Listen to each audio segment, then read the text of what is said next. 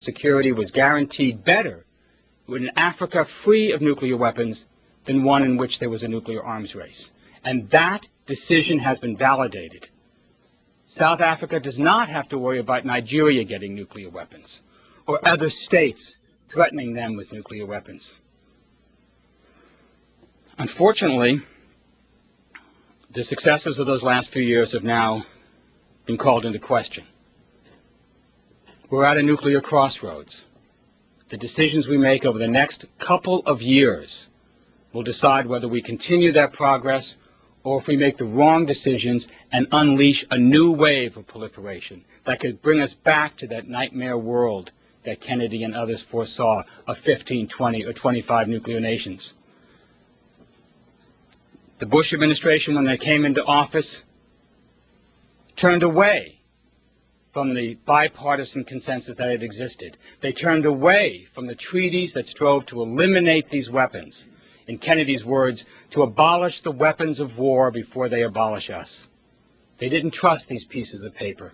They turned instead to strategies that emphasized direct U.S. military action to eliminate regimes. Iraq was the first implementation of this new non-proliferation strategy.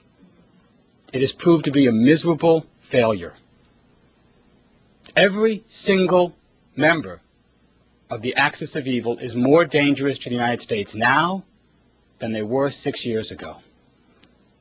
When John Bolton, then Undersecretary of State, was asked what lesson Iran and North Korea should draw from the invasion of Iraq, he said, pick a number.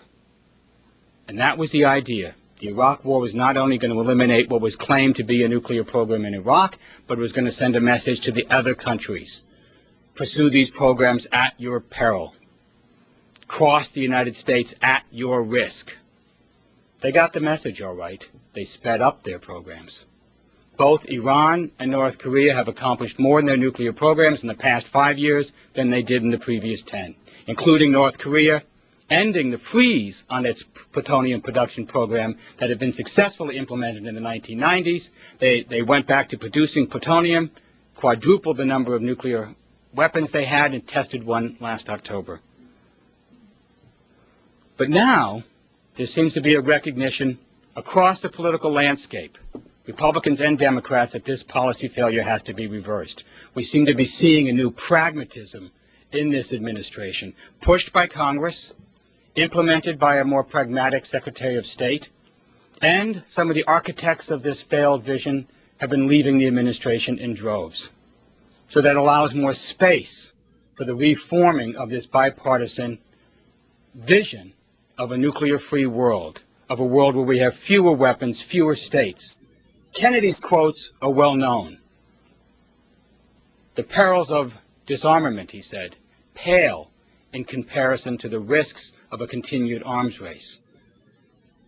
But the other great rhetorical president of the 20th century, or the latter part of the 20th century, Ronald Reagan, also felt that same way. He also shared that vision. He wanted to abolish nuclear weapons. He called them totally irrational, totally inhumane, good for nothing but killing, possibly destructive of life on Earth and of civilization.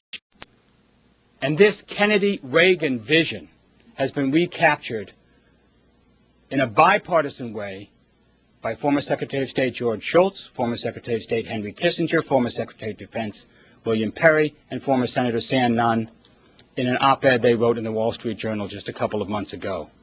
They say we need to reclaim this vision, to understand where we need to go, and it's not towards war, it's towards cooperation, towards mutually verifiable treaties that will reduce the nuclear threat, that will allow us to use nuclear energy without multiplying the risks that come from spreading the means to make nuclear fuel that can also be used to make nuclear bombs. That's the challenge we have for us today. We don't have time to waste. We no longer worry about the fate of the Earth. The threat of global thermonuclear war has receded, but we do still worry about the fate of our cities, about a terrorist bomb, about new nations acquiring these weapons. The dangers are real, but if we understand the dangers we've escaped, and how we escaped them, we can recapture that vision, recapture those policy instruments, and use them over the next few years to make our world safer and more secure for ourselves and our children. Thank you very much.